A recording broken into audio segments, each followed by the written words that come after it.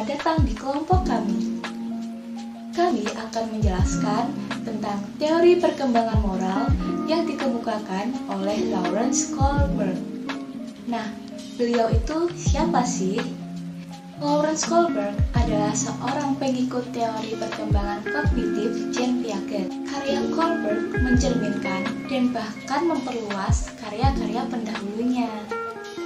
Jadi, secara garis besar, teori beliau itu bisa dilihat sebagai segitiga di samping ini, teman-teman. Nah, untuk lebih jelasnya, mari kita simak penjelasan teman-teman saya pada slide berikutnya. Oke, level pertama merupakan prakonvensional, biasa terjadi di anak usia 3 sampai dengan 7 tahun. Level ini terdapat dua tahapan, yaitu avoiding punishment dan kedua merupakan self-interest. Avoiding punishment seperti artinya yaitu menghindari hukuman. Jadi di tahap perkembangan ini anak-anak akan melihat aturan sebagai hal yang mutlak dan absolut, sehingga mereka beranggapan mematuhi aturan itu sangat penting karena merupakan sarana untuk menghindari hukuman yang ada. Yang kedua, self-interest atau minat pribadi. Pada tahap perkembangan moral ini, anak-anak akan menjelaskan sudut pandang individu dan menilai tindakan mereka berdasar bagaimana mereka melayani kebutuhan individu. Jadi pada tahapan ini hubungan timbal balik adalah mungkin, tetapi hanya jika melayani kepentingan diri sendiri. Selanjutnya yang kedua ada level konvensional, terjadi di anak usia 7 sampai dengan 13 tahun. Di level ini terdapat dua tahapan, yaitu good boy attitude dan yang kedua merupakan law and order morality. Yang pertama, good boy attitude ini merupakan tahap perkembangan moral yang difokuskan pada memenuhi harapan dan peran sosial.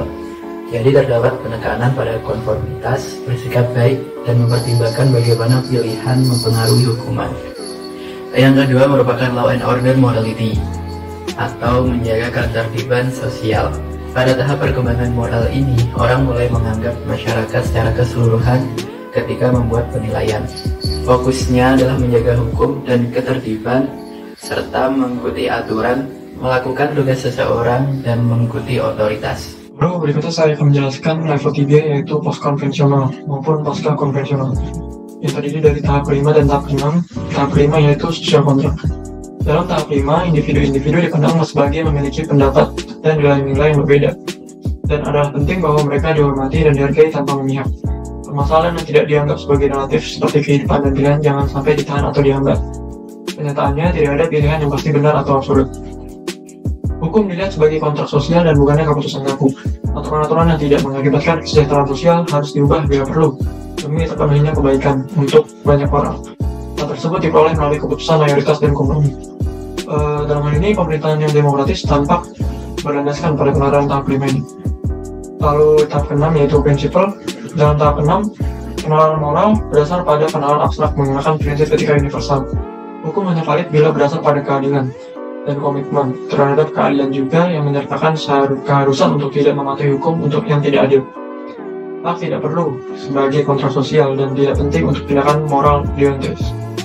Keputusan dihasilkan secara kategoris dalam cara yang absolut dan bukannya secara hipotesis secara kondisional.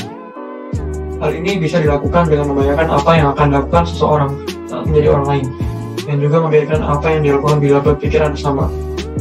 Tindakan yang diambil adalah hasil konsensus. Dengan cara ini, tindakan tidak pernah menjadi cara, tapi selalu menjadi hasil. Seorang bertindak karena hal itu benar, dan bukan karena ada maksud pribadi, sesuai harapan, legal, dan sudah disetujui sebelumnya. Walau Kohlberg yakin bahwa tahapan ini ada, ia merasa kesulitan untuk menemukan seseorang yang menggunakannya secara konsisten. Tampaknya orang sukar kalaupun ada. Lalu ada teori dilema Hens. Dilema Hens adalah contoh yang sering dipakai dalam berbagai pelajaran etika dan moralitas. Salah satu versi yang paling terkenal pernah dipakai oleh teori tahap perkembangan moral Lawrence Kohlberg. Berbunyi sebagai berikut. Istri Hens sedang sekarat dan satu-satunya harapan adalah obat yang ditemukan seorang apoteker yang dijual dengan harga tinggi. Biaya produksi obatnya $20.000, dan si apoteker menjualnya seharga $200.000. Hens hanya mampu menemukan $50.000, dan asuransi tidak mau menanggung sisanya. Ia menawarkan apa yang ia punya kepada apoteker. Setelah tawaran ditolak, Hens mengatakan akan membayar sisanya nanti. Si apoteker tetap menolak. Karena putus asa, Hens berpikir untuk mencari obat tersebut. Salahkah jika ia melakukannya? Haruskah Hens mendobrak toko untuk mencari obat tersebut demi istrinya? Mengapa atau mengapa tidak? Nah, selanjutnya dalam Heinz Dilemma, dari sudut pandang teoritis, hal yang dipikirkan penjawab tentang tindakan yang harus dilakukan Heinz itu tidaklah penting. Menurut Kohlberg, yang terpenting adalah justifikasi tawaran penjawab. Berikut adalah contoh argumen yang mungkin terjadi dalam 6 tahap. Tahap pertama, kepatuhan. Heinz tidak boleh mencuri obat karena ia akan dipenjara, yang menandakan ia orang jahat. Atau Heinz harus mencuri obat karena nilainya hanya $20.000 dan bukan yang diinginkan apoteker. Heinz bahkan pernah menawarkan untuk membayar sisanya dan tidak mencuri barang lain. Tahap kedua, kepentingan diri. Heinz harus mencuri obat karena ia akan semakin senang jika ia menyelamatkan istrinya, bahkan jika ia harus dipenjara. Atau Heinz tidak boleh mencuri obat karena penjara adalah tempat yang buruk dan ia mungkin lebih sengsara di dalam penjara daripada sengsara akibat kematian istrinya. Tahap ketiga, konformitas. Heinz harus mencuri obat karena istrinya mengharapkannya. Ia ingin menjadi suami yang baik. Atau Heinz tidak boleh mencuri obat karena mencuri itu buruk dan ia bukan orang jahat. Ia telah mencoba segalanya tanpa melanggar hukum. Jadi kita tidak boleh menyalahkannya. Tahap keempat, hukum dan tata tertib. Heinz tidak boleh mencuri obat karena hukum melarang pencurian, jadi obat tersebut ilegal.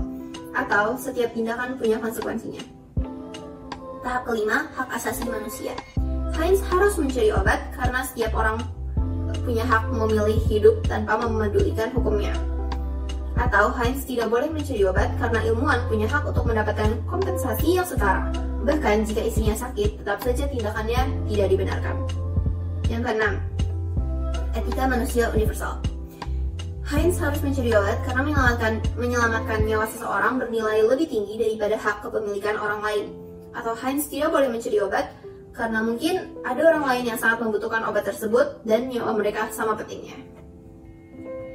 Nah, apa yang akan Anda lakukan jika berada dalam posisi Heinz? Sekian dari kelompok kami.